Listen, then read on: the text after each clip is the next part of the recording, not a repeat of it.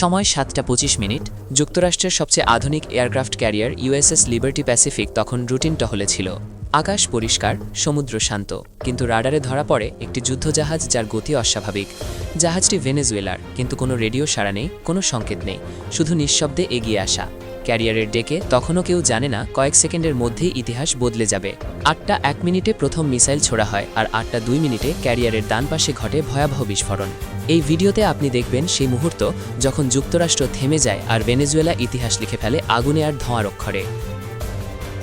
ভেনেজুয়েলার একটি যুদ্ধজাহাজ দ্রুত গতিতে ক্যারিয়ারের দিকে এগিয়ে আসছে, অস্বাভাবিকভাবে, আক্রমণাত্মকভাবে।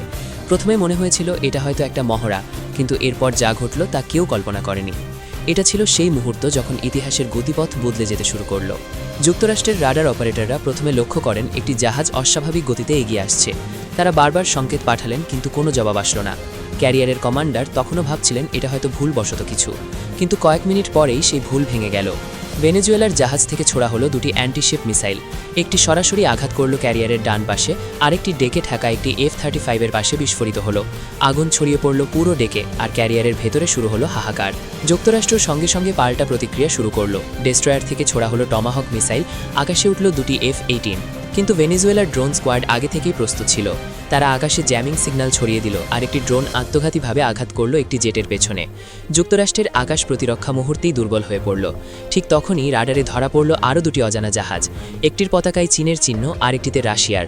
এই জাহাজগুলো কোনো শব্দ না করেই ধীরে ধীরে আক্রমণের অবস্থানে চলে এলো। যুক্তরাষ্ট্রের কমান্ড সেন্টার থেকে বারবার যোগাযোগের চেষ্টা করা হলো, কিন্তু সিগন্যাল ব্লক হয়ে গেল। ক্যারিয়ারের ভেতরে থাকা সেনারা SOS সংকেত পাঠালেও সেটিও পৌঁছায়নি। ক্যারিয়ারের ইঞ্জিন রুমে ঘটে আরেকটি বিস্ফোরণ। বিদ্যুৎ চলে যায়, রাডার অচল হয়ে পড়ে, আর জাহাজ স্থির হয়ে যায় সমুদ্রে। নাবিকরা অন্ধকারের দিক হারিয়ে ফেলে, আর ক্যাপ্টেনের কণ্ঠে শোনা যায় আতঙ্ক। উদ্ধার হেলিকপ্টার পাঠানো হয়, কিন্তু আকাশে তখনও ঘুরছে ভেনেজুয়েলার ড্রোন। একটি হেলিকপ্টার আকাশেই ধ্বংস হয়ে যায়, বাকিগুলো ফিরে যেতে বাধ্য হয়। বিশ্বজুড়ে ছড়িয়ে পড়ে খবর, US aircraft carrier hit in Caribbean. জাতিসংঘে জরুরি বৈঠক ডাকা হয়, কিন্তু ভেনেজুয়েলা বলে এটা ছিল আত্মরক্ষার অধিকার। চীন আর রাশিয়া বিবৃতি দেয়, আমরা পরিস্থিতি পর্যবেক্ষণ করছি, কিন্তু ভেনেজুয়েলার পাশে আছি। হোয়াইট হাউসে প্রেসিডেন্ট মুখে উদ্বেগ প্রকাশ করেন, কিন্তু জবাব দিতে তখন অনেক দেরি হয়ে গেছে। শেষ পর্যন্ত USS লিবার্টি প্যাসিফিক ধীরে ধীরে পানিতে ডুবে যেতে থাকে। নাবিকদের অনেককে উদ্ধার করা গেলেও জাহাজটি আর বাঁচানো যায়নি। এটা ছিল যুক্তরাষ্ট্রের ইতিহাসের সবচেয়ে বড় নৌবাহিনীর অপমান। এই মুহূর্তে ক্যারিবিয়ান সাগরের ওপর ভেসে আছে শুধু ধোঁয়া, আগুন আর ভাঙা ধাতব কাঠামো। এই ঘটনার পরপরই ভেনেজুয়েলা ঘোষণা করে তারা তাদের জলসীমা রক্ষা করেছে। চীন আর রাশিয়া যৌথ বিবৃতিতে জানায়, আমরা আমাদের মিত্রদের পাশে আছি। যুক্তরাষ্ট্রের নৌবাহিনী দ্রুত আরও দুটি ক্যারিয়ার পাঠায়, কিন্তু তারা পৌঁছাতে পৌঁছাতে সব শেষ। বিশ্বজুড়ে শুরু হয় আলোচনা, যুক্তরাষ্ট্র কি আর আগের মতে শক্তিশালী আছে? আমেরিকান মিডিয়ায় শুরু হয় বিশ্লেষণ, বিতর্ক আর আতঙ্ক। কংগ্রেসে প্রশ্ন ওঠে, কেন এমন হলো, কেন আমরা প্রস্তুত ছিলাম না? জনগণের মধ্যে ক্ষোভ বাড়ে, প্রেসিডেন্টের জনপ্রিয়তা কমতে থাকে। বিশ্বজুড়ে যুক্তরাষ্ট্রের ভাবমূর্তি চ্যালেঞ্জের মুখে পড়ে। এই ঘটনার পর বিশ্ব বুঝে যায় শক্তির ভারসাম্য বদলাচ্ছে। ছোট দেশগুলো এখন আর ভয় পায় না, কারণ তাদের পেছনে আছে বড় মিত্র। ভেনেজুয়েলা, চীন, রাশিয়া, এই অক্ষ এখন নতুন বিশ্ব বাস্তবতার প্রতীক। যুক্তরাষ্ট্র বুঝে যায় আধিপত্য মানেই সুরক্ষা নয়।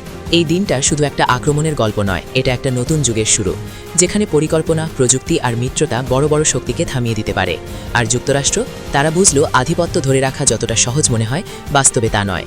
USS লিবার্টি প্যাসিফিক এখন সমুদ্রের নিচে, আর তার সাথে ডুবে গেছে একসময়ের অজেয় ভাবমূর্তি। এই ঘটনাটা শুধু একটি আক্রমণের গল্প নয়, এটা শক্তি, প্রযুক্তি আর জোটের বাস্তবতা।